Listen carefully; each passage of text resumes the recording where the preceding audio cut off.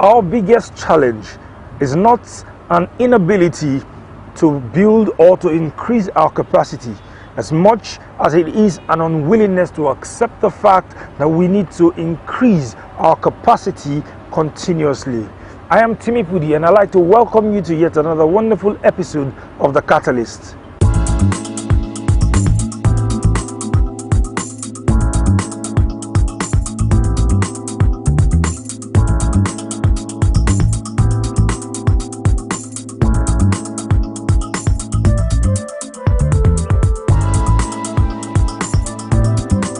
Welcome once again to the Katalyst. My name is Timi Pudie, like I said, and this week we're looking at the subject building capacity.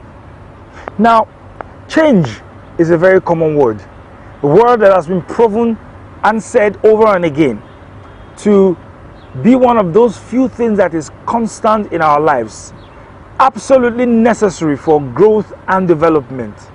But only the kind of change that comes from a deliberate and conscious action can give birth to the scenarios that are necessary for building or increasing your capacity so that you can be more effective in life. I've thought about this over and again, and nowadays every time I hear the word capacity building, I'm afraid, because in Africa, in Nigeria, we have a very common trait. We make something a cliche and we throw the original meaning out of the window. Today people say, let's do capacity building. I want to build my capacity. But when we all say it, do we all mean the same thing? When you hear people talking about it, what do you think about? When you have said it a few times, what exactly do you mean by capacity building? In this episode, I'm just going to try and introduce this subject, and next time we're going to continue on it. The word capacity building is comprised of two words, capacity and building. Now, the word building can mean a structure that is already completed somewhere. So you can hear people say that building is a church, that building houses a cyber cafe. Now, but building can also be a systematic plan that follows a certain process that is followed to be able to build or to develop something from ground to completion stage. That's the process of building. Now, what about capacity? There are different definitions of capacity, but three I'm going to highlight here because they mean a lot in the discourse that we're going into.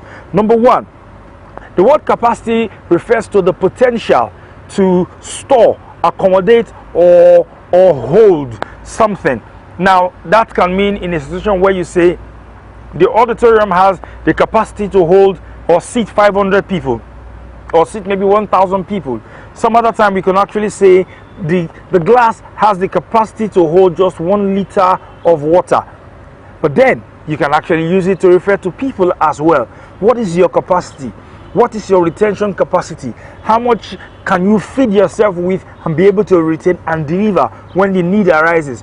In your workplace, do you have to go back to your manual every time before you are able to do the things you need to do? That talks about building. That talks about your capacity to retain the required level of information and resource that you need to be able to deliver at any level. Another definition of capacity that I like is this. It talks about the ability or the potential to be able to appreciate, to show, or to give love or to give concern. This now deals more with the emotional side. Now, this is where you hear people talking about somebody having or not having the capacity to love. Now, there's a third definition I like. The third one simply says the power to produce, to deploy, or to deliver.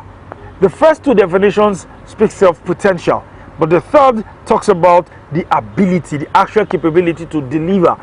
When you have started the journey of building capacity, it's a process. A point comes where you have to start delivering. I'll be back after this break.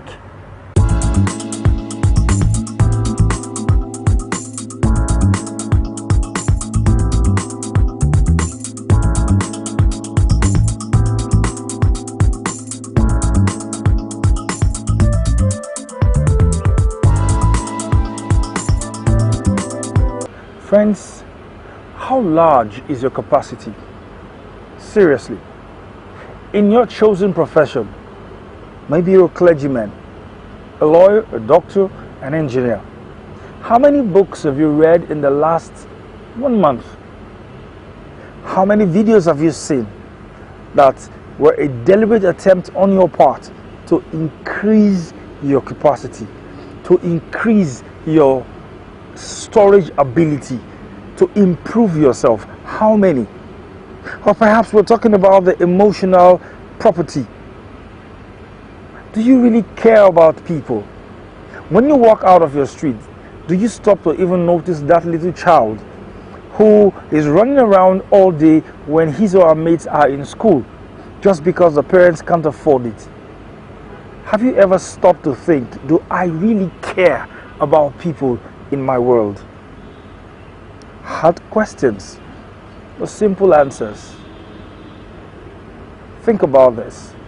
Until the same time next week when we meet again, I remain your friend and your host, Timi Pudie, saying have a wonderful week. You will make it, and we shall meet at the very top. Bye-bye.